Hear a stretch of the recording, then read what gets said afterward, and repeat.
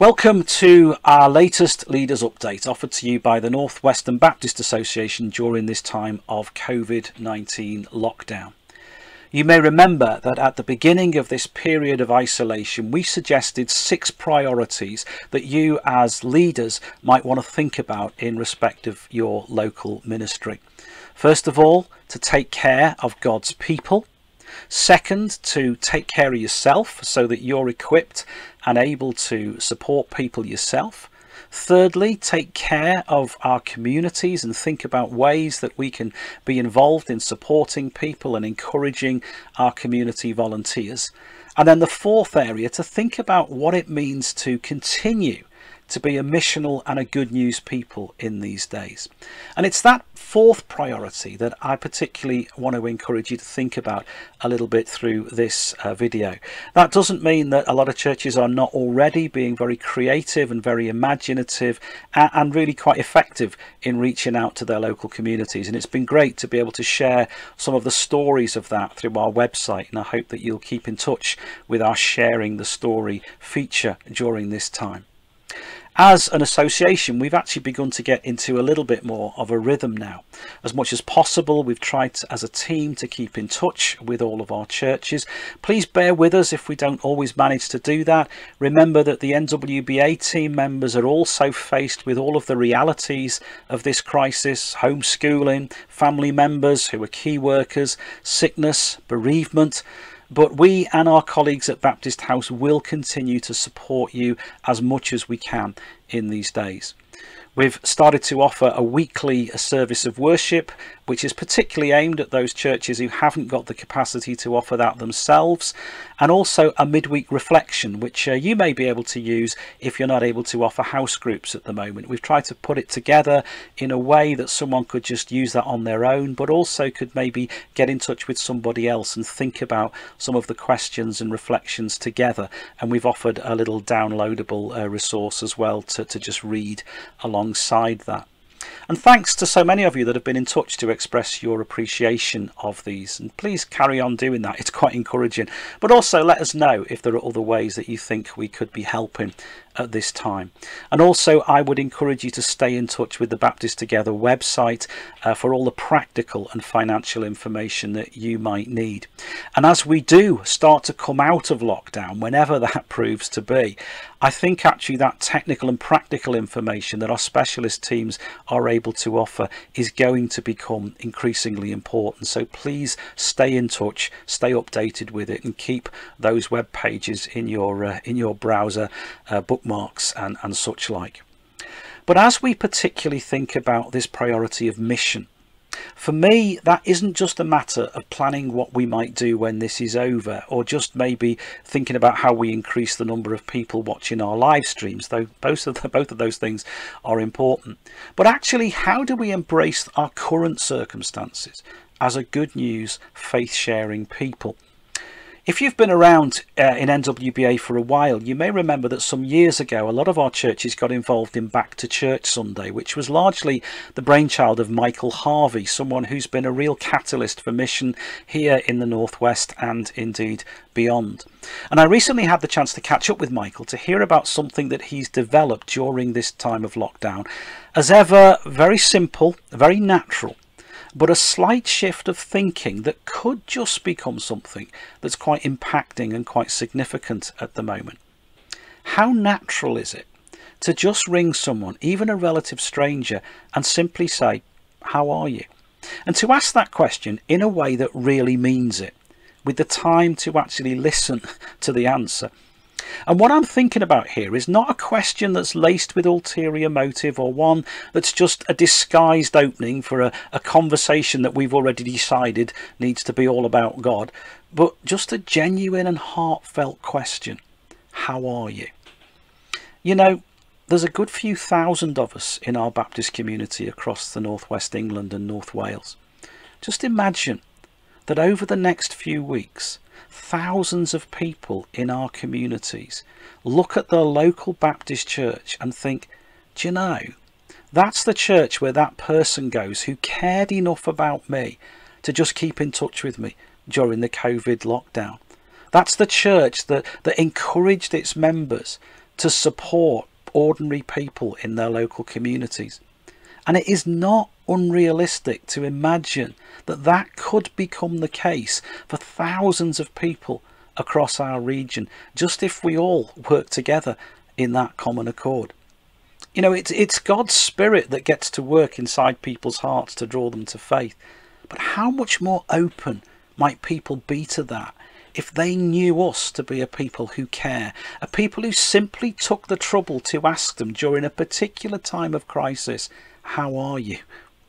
So I want to share with you the conversation that I had with Michael, and I want to encourage you to take a look at the video that he's made, and then invite you to think about whether this is something you could encourage in your church community.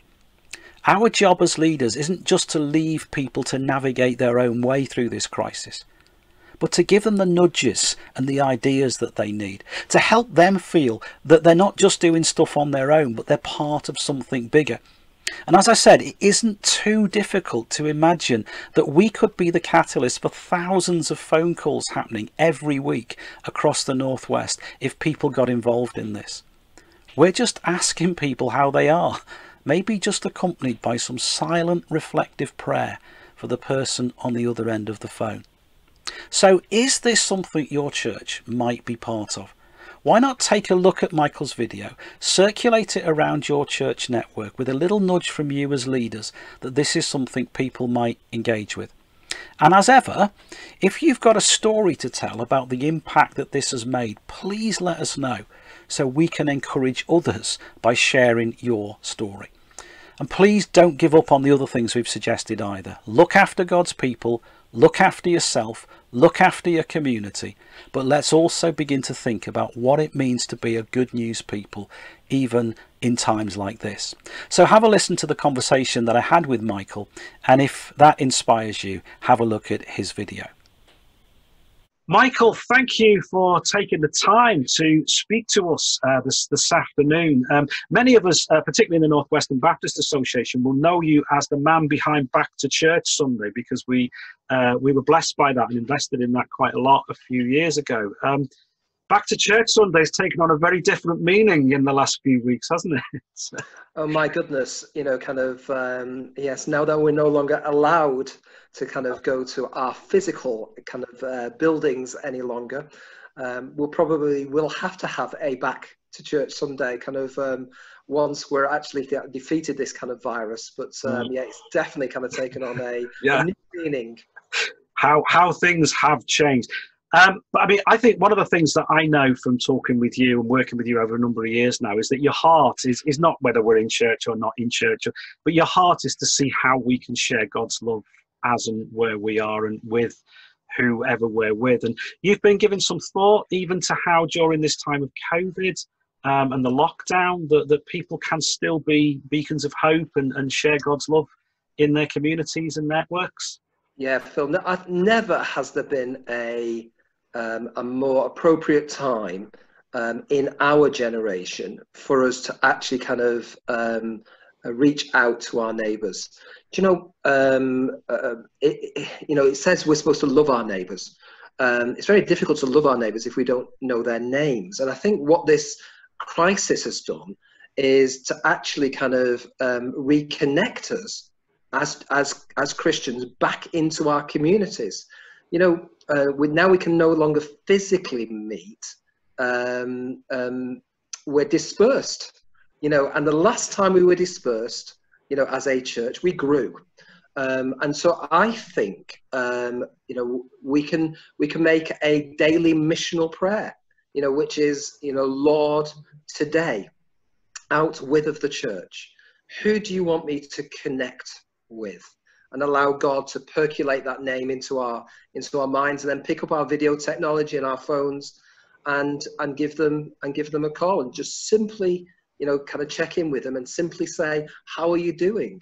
You know, really, how are you doing? You know, at a kind of a deeper level. And I think there are so many questions that people in our neighborhoods, in our roads, in our streets have got right now. And now's the time for deep connection. Mhm. And I know you, in the way that you always do, Michael, you've kind of come up with a very simple way of us looking at that and thinking about that. Now, I'm not going to ask you to go into all the detail of that, but you have put a little YouTube video together that explains people to people. How can people find that? Where can they find that if they want to follow this up and think about it a little bit more? Yeah, if you go into weekendofinvitation.com, it will be in the video section there. You can also look on YouTube and put in weekendofinvitation.com, and it should come up there. And it's how can we be on mission when we're in lockdown? And it's just a process to think about as to how we can reach our neighbours right at this time.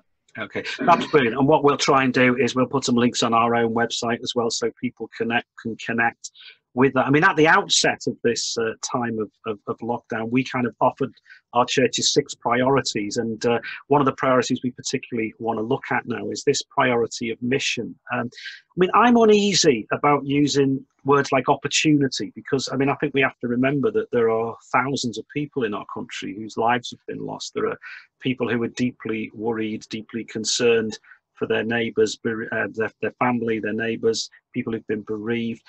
And I think, but it's a language of responsibility, maybe, that, you know, we still have a responsibility to make the good news of Jesus and the message of Jesus known. And I mean, you've been sharing with me that you think, you know, this might be a message that's time has come, so to speak.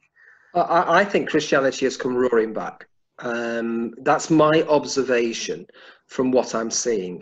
You know, whilst we've been getting our acts of worship up and running and making sure pastorally we look after everybody, no problem with either of those two things. I think, I see in what's happened in our nation when the government introduced the Good Sam project, and hoping for 250,000 people, you know, to sign up, and 750,000, you know, kind of sign up. The Good Sam project. Wonder where they've got that idea from. The Good Sam. And then you put parents and children into homeschooling situation, and all of a sudden rainbows start appearing in windows. Rainbows. Well, where's that come from? Probably the Beano or something like that.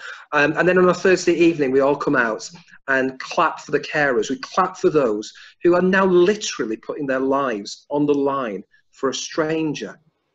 Putting one's life on the line for a stranger, and we're applauding. See, there's something deep within the psyche, you know, of this country. When you, I think, puts, you know, a country under pressure, I think, you know, some of the deep assumptions that we've got as to, you know, where we've come from start to surface. I think Christianity's come roaring back, and now is the time for us to deeply connect with some of the big questions out there.